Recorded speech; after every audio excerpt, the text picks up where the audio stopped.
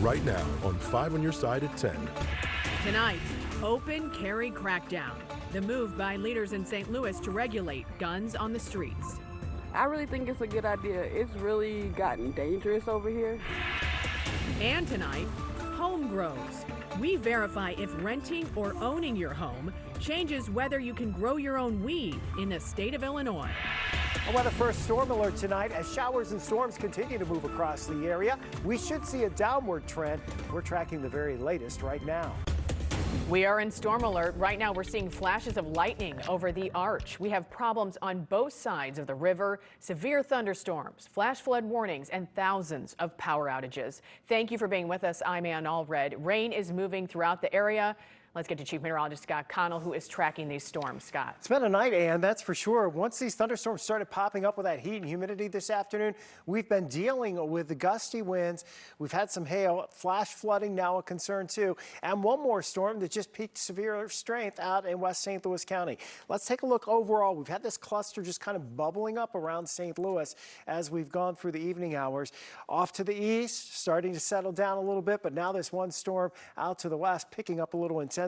That flash flood warning in effect over into St. Clair as well as Clinton counties.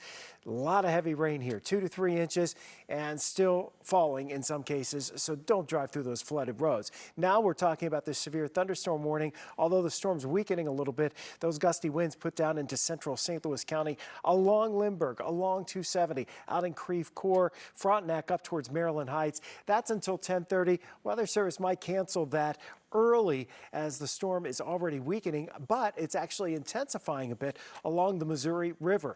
You look over now to Busch Stadium, where we had that big time rain delay as the storms moved in.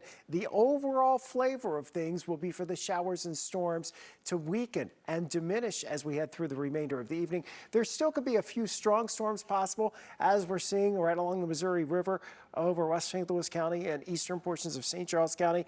Locally heavy rainfall, some brief gusty winds. As we transition through the night, it becomes more scattered again, and then towards daybreak, moving out of the area.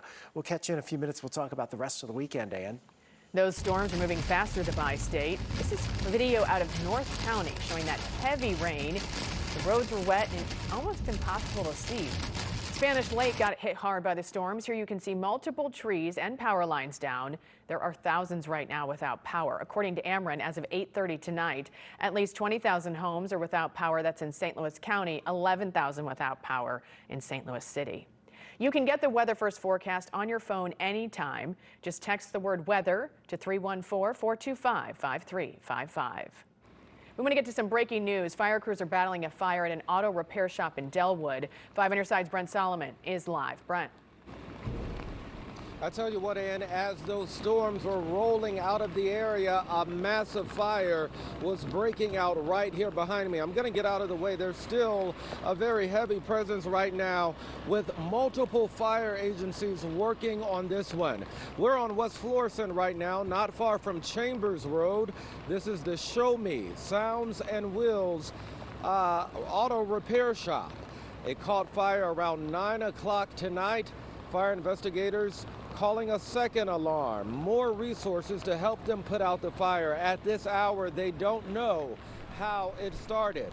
Just minutes ago, I saw a manager who works here, and he was visibly shaken, emotional, telling me he's concerned about the vehicles inside of that shop.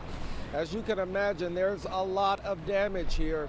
And at this hour, fire investigators are trying to figure out, was it perhaps lightning that was happening rampant in the area at that time that may have sparked this? We don't know that for certain. A fire captain telling me just minutes ago, a representative from the arson and bomb unit is on the way to investigate. That doesn't mean necessarily that this is a suspicious fire, but it does mean that they can rule out whether or not it was lightning or something else that prompted this fire. Of course, more information as we get those details. But for now, we're live in North County. Brent Solomon, 5 on your side. Today, the St. Louis Board of Aldermen took another step towards banning open carry weapons in the city. New tonight, Robert Townsend gets reaction from neighbors who are closely watching this proposal. We went to North St. Louis and within minutes met several people who told us about their frightening personal encounters with strangers openly carrying guns around the city. It was scary. I was scared to walk out the house for weeks. Sharon Lindsay says last year she got caught in the crossfire of a wild shooting between guys visibly firing at one another. And it was the scariest thing in my life. I had to drop to the ground. It's mostly young kids that I see. Carrying guns? Yeah. They had ARs, 9s, 44s, 45s, and whatever. This guy says 3 weeks ago he came face to face with more than a dozen teens carrying high-powered guns in public. I wanted to change because it's getting ridiculous around here. Too many people getting killed, too many kids. The St. Louis Board of Aldermen is now taking a shot at keeping the streets safe. On Friday, it unanimously voted 14-0 on Board Bill 29, aimed at banning the open carrying of guns in the city without a concealed carry permit. It comes as police continue searching for these 16 and 17-year-old gun-toting teens wanted in connection with a deadly mass shooting at a recent downtown party. A big question is, if the measure becomes law, will it make a big difference here in the city of St. Louis? This is not going to overnight address the violence in our communities, but it is a tool, and it is a path forward. I'm still suffering from the injury. I'm wearing a colostomy bag right now. Marcus Allen is also keeping an eye on the open carry ban. He says last year a stranger drove by him as he walked home, pulled out a gun, and shot him twice for no reason. Everybody needs to just get involved once the bill passes or whatever. You're hoping it passes? Yeah, I do. Robert Townsend, 5 on your side. That bill must pass one final vote before being sent to the mayor. A spokesman for the mayor says they are currently reviewing the proposal to address any safety concerns it could pose to both police officers and the public. Developing tonight, we're learning more about a crisis intervention call that left a man dead after being tased several times. Officers responded to a home last night on Minnesota Avenue in South City. That's where police say they found a man who appeared disoriented in a stairway. Police tried to get the man to come out, but he ran away and fell into a fence. 2 officers tried to handcuff him, but he got away and tripped again. That's when another officer deployed her taser. After trying to put the man in handcuffs a second time, the officer tased him again. He became unresponsive and died this morning at the hospital. We will continue monitoring that story and provide new updates on air, online, and on the 5 on Your Side app. A 6th person is now charged in connection with the murder of a 19-year-old in St. Louis City. Jalen Johnson was killed last week near a Metrolink station in Pagedale. A 3rd man, Demetrius Strother, was charged with murder and robbery. 2 other men, a woman and 2 juveniles, have also been charged. Right now, St. Louis County leaders want to get the word out about the man they say is a serial rapist. 29-year-old Enrique White is charged with 4 counts of rape and 3 counts of sodomy. These allegations span from 2015 to just a few months ago. Police say White and 2 other men offered to drive a woman home from a bar. He allegedly forced her to have sex with the group and later with him. St. Louis prosecutors believe there are more victims. There's no reason to suffer in silence. Please come forward. Please seek help. We are here for you. The sentencing range of both first-degree rape and sodomy is 5 years to life in prison. Tonight, population boom. Leaders in Lincoln County say more land, affordable housing, and lower taxes are attracting people to move there. In the last 10 years, the Lincoln County R3 school district has had to pass 5 bond issues to keep up with the influx. Really, the city of Moscow and the southern part of our county is where we saw the most growth. Right in the heart, we're basically in the heart of that growth right here. The district will open its 8th elementary school in 2024. The Lincoln County Fire Protection District is also expanding with a newly built fire station after calls for service doubled. A warning for drivers in Madison County. Right now, 1 lane is closed on I-270 between Illinois 3 and Riverview Drive for road repairs. Only 1 eastbound lane will remain open. Drivers are encouraged to use alternate routes and expect delays. All lanes will reopen early Monday morning. Rockford Beach is closed this weekend for the 2nd weekend in a row. The Jefferson County Sheriff's Office says it's closed because of the overcrowding. It makes it harder for first responders to get to the beach with all those crowds, and the Sheriff's Office is trying to come up with a solution to this problem. The beach is expected to reopen on Monday. Cultivating cannabis. We verify whether it's legal or not to grow your own pot at home in Illinois. I just hate it. It hurts my back, it hurts my knees. Cleaning your floors without lifting a finger. Our Consumer Reports tests out a new product that replaces your old mop with an electric one. Today, the House passed an amended version of the National Defense Authorization Act. The amendment would cut funding for diversity programs, transgender care, and abortion services for members of the military. It was passed by a vote of 219 to 210. House Speaker Kevin McCarthy spoke out after the bill was passed. We want our men and women in the military to have every defense possible, and that's what our bill does. The money focuses directly on their quality of life and, more importantly, on the investment. The Senate is expected to consider its own version of the defense bill next week. Some new hope for student loan borrowers. The Department of Education announced today that it would automatically forgive student loans for more than 800,000 borrowers. Borrowers are eligible for forgiveness after 20 or 25 years of payments. That depends on the plan. It's part of a fix to income-driven repayment plans. The White House announces a $20 billion investment in clean energy projects. It will be funded by the Inflation Reduction Act, will be overseen by the EPA. The money will go toward pushing clean energy in low-income and disadvantaged communities around the country. Some projects include installing electric vehicle charging stations and making homes more energy efficient. Sowing the seeds of cannabis with a home grow. A viewer from Cahokia, Illinois asked the Verify team about cultivating your own pot if you don't own your home. Let's verify. 5 on your side viewer Gary wants to know, is it legal to grow pot in Illinois if you have a landlord? Let's verify. Our sources, Illinois' Cannabis Regulation and Tax Act, and Gwen Daniels, Deputy Director of Illinois Legal Aid Online. Let's start with who is allowed to legally grow weed at home. The law says only registered medical marijuana patients can cultivate up to 5 plants at home, and the growing space should be locked, enclosed, and hidden from the public. Now, let's talk about if you rent or own your home. If you own your residence, Illinois law says registered medical marijuana patients are free and clear to grow their 5 plants. But renting is a different story. State law says a landlord can ban home grows. And our legal expert warns if you live in federally subsidized housing, growing marijuana could put your home at risk. It is still illegal federally that you cannot use it in federally subsidized units without risking losing your federal subsidy. And not only you, but any of your guests. We can verify you must be a registered medical marijuana patient in the state of Illinois to grow up to 5 marijuana plants at home. That's if the landlord allows the cultivation of cannabis. We verify for you. Please reach out to me. The email address, verify@ksdk.com.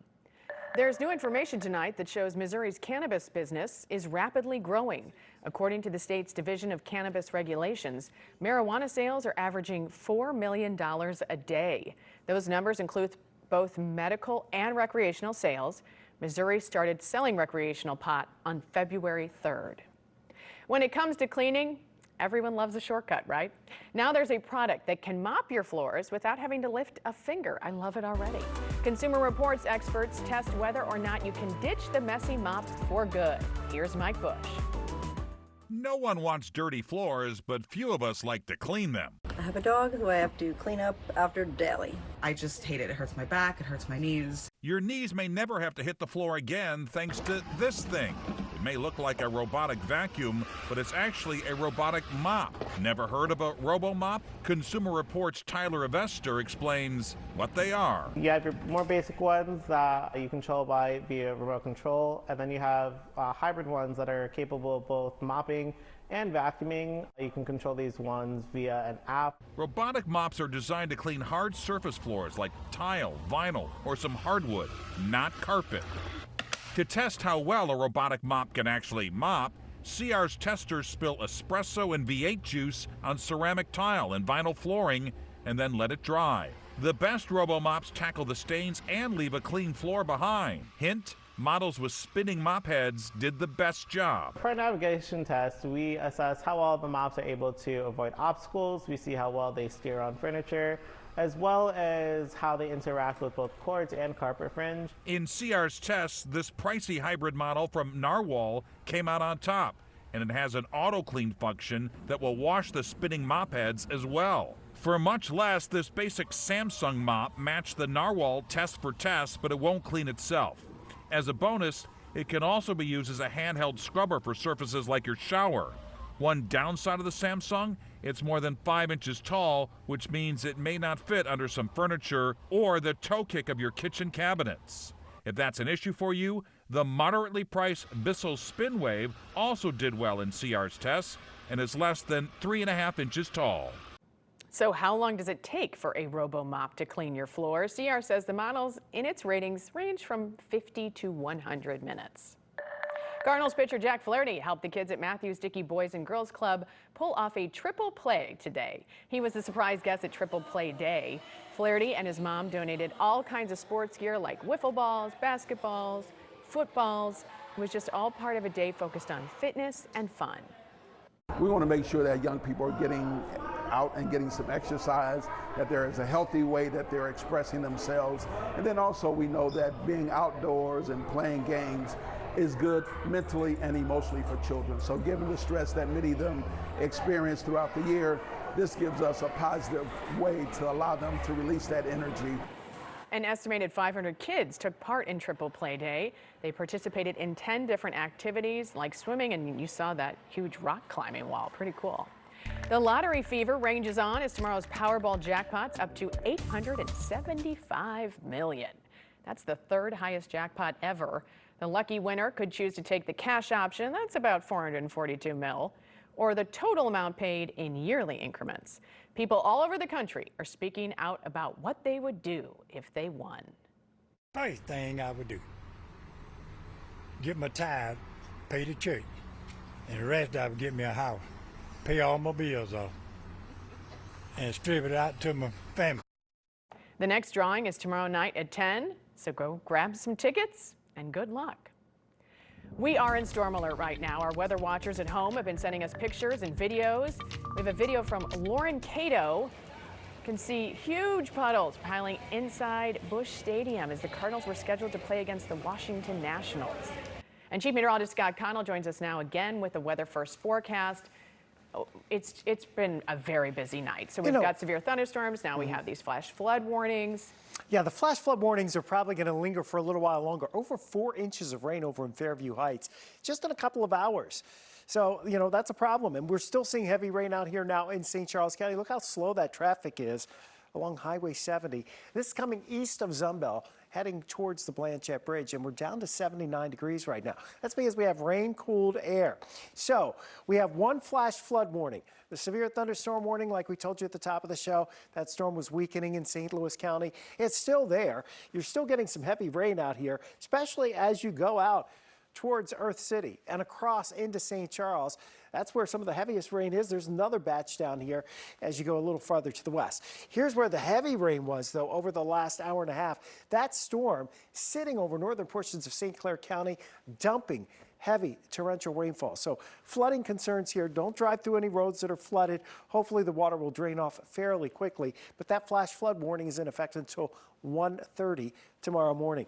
From Maryland Heights south to Baldwin and Manchester, getting pounded with a lot of heavy rainfall. Not severe, but probably 30 to 40 mile per hour winds here. Keep in mind, with all the storms we've had recently, a lot of the tree branches, they've been stressed. So tree branches may come down with even less wind than what we would normally expect to have them come down because it's been so stormy lately.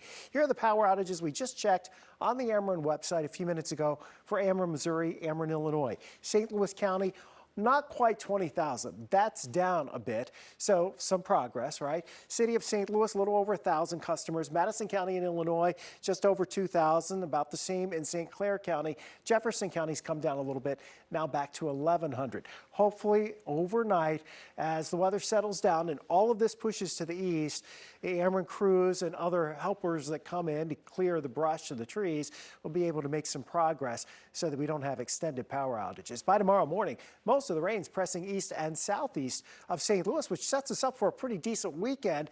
Generally dry, maybe a spot shower or thunderstorm tomorrow morning, 91 tomorrow afternoon, but it won't be as humid.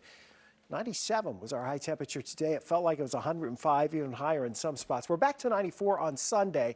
And again on Sunday, the potential that later in the day we may have a spot shower or storm. Saturday, most of it south and east of us.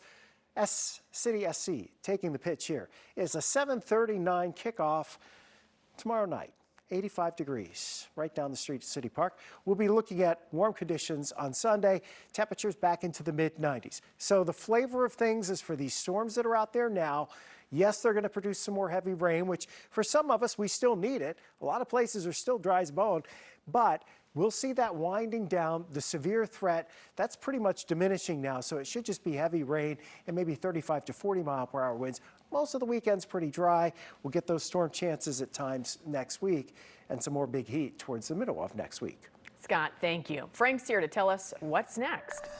And the Cardinals and Blues are making moves with their top draft picks, and City SC is trying to finish out the first half of the season in style. We'll have the latest when we come back. The Sports Desk is sponsored by Jim Butler Chevrolet, the Midwest's #1 Chevy dealer 10 years running. As the Cardinals begin the second half, the health of the team is the story. Good news, Tyler O'Neill could be in a Cardinal uniform Monday, and Jordan Montgomery will pitch Tuesday. Bad news, Tommy Edman will miss several days with a wrist issue, and Brendan Donovan still can't throw a baseball. Miles Michaelis got the ball against the Nationals, and in the first inning, well, it's been his kryptonite, not tonight. In fact, Michaelis was perfect for the first 3 innings of this game. The other big item for the Birds is production from the outfield. They need it. Well, how's this? First inning, Lars Nootbaar hits one 400 feet to the opposite field, and it's 1-0 Cardinals. But the rain suspended the game after 3 innings. Twilight doubleheader tomorrow at 1:15 and at 6:15. The Cardinals are expected to sign their first-round pick tomorrow, and Chase Davis appears to be ideal for the Birds. He has an electric bat. At Arizona, 21 homers, 74 RBIs, and a staggering 1,200 OPS. Another Cardinal, 21-year-old hitter, has known him since high school. Oh yeah, unbelievable. I actually saw him hit a home run. Watching his BP is something special for sure. So back in high school, at that showcase, he would take BP, he would be pimping home runs, he would make it fun for everybody, man. So I'm really excited to see what he starts here in the organization. Does he hit him as far as you? Oh, I mean, he could be farther, you know. It's really, truly some special power from him for sure. This 5 on Your Side St. Louis City SC coverage is sponsored by Together Credit Union. It would have been awesome for Lionel Messi to make his MLS debut Saturday night at City Park. However, Inter Miami knows it has to be at home. Hey, if the contract is $150 million, you have to begin it in Miami. That organization, though, hasn't done much right lately, winless in their last 10 games. As for Bradley Carnell's team, well, they're just fine. They lead the Western Conference by 2 points over LAFC. The defending champions shut out City on Wednesday night 3-0. But City had won 3 in a row, and they got back Edu Leuven. Today, one of their prominent players gave us his take. They're a very good team. They are the champions. We didn't expect an easy game. And yeah, they beat us 3-0. I think the scoreline flattered them a little bit. But prior to that, we came off 3 wins. I think 2 of them were away. Yeah, we came off 3 wins, 2 away wins, 1 at home to Colorado. So yeah, not too high, not too low, but we're going to focus on ourselves and hopefully get a win. Novak Djokovic has advanced to the finals at Wimbledon. Today, he dusted off Jannik Sinner in straight sets. He will face the #1 ranked player in the world in Carlos Alcaraz on Sunday morning. Djokovic will be pursuing a record 24th Grand Slam at 36. He is not slowing down. The Blues signed their #1 pick, Dalibor Dvorsky, to a 3-year entry contract today.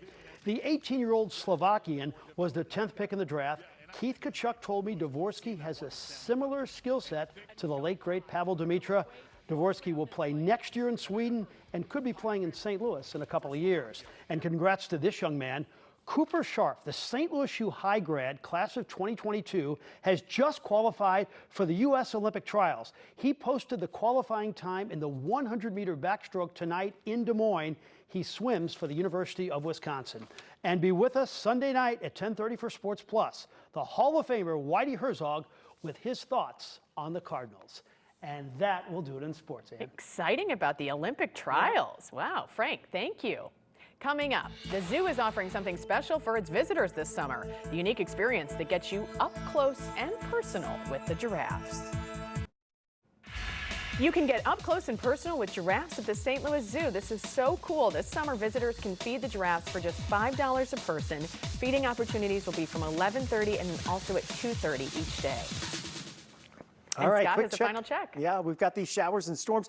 The severe threat overall is diminishing. These are strong storms. Make no doubt about it, coming through St. Louis County right now. They're going to put down some heavy rain, maybe some gusty winds that may exacerbate the outage situation as far as power goes, but we're staying on top of it. Flash flood warning in St. Clair and Clinton counties in Illinois. And that's all of our time for 5 on Your Side at 10. The Tonight Show starring Jimmy Fallon is next. Have a great weekend.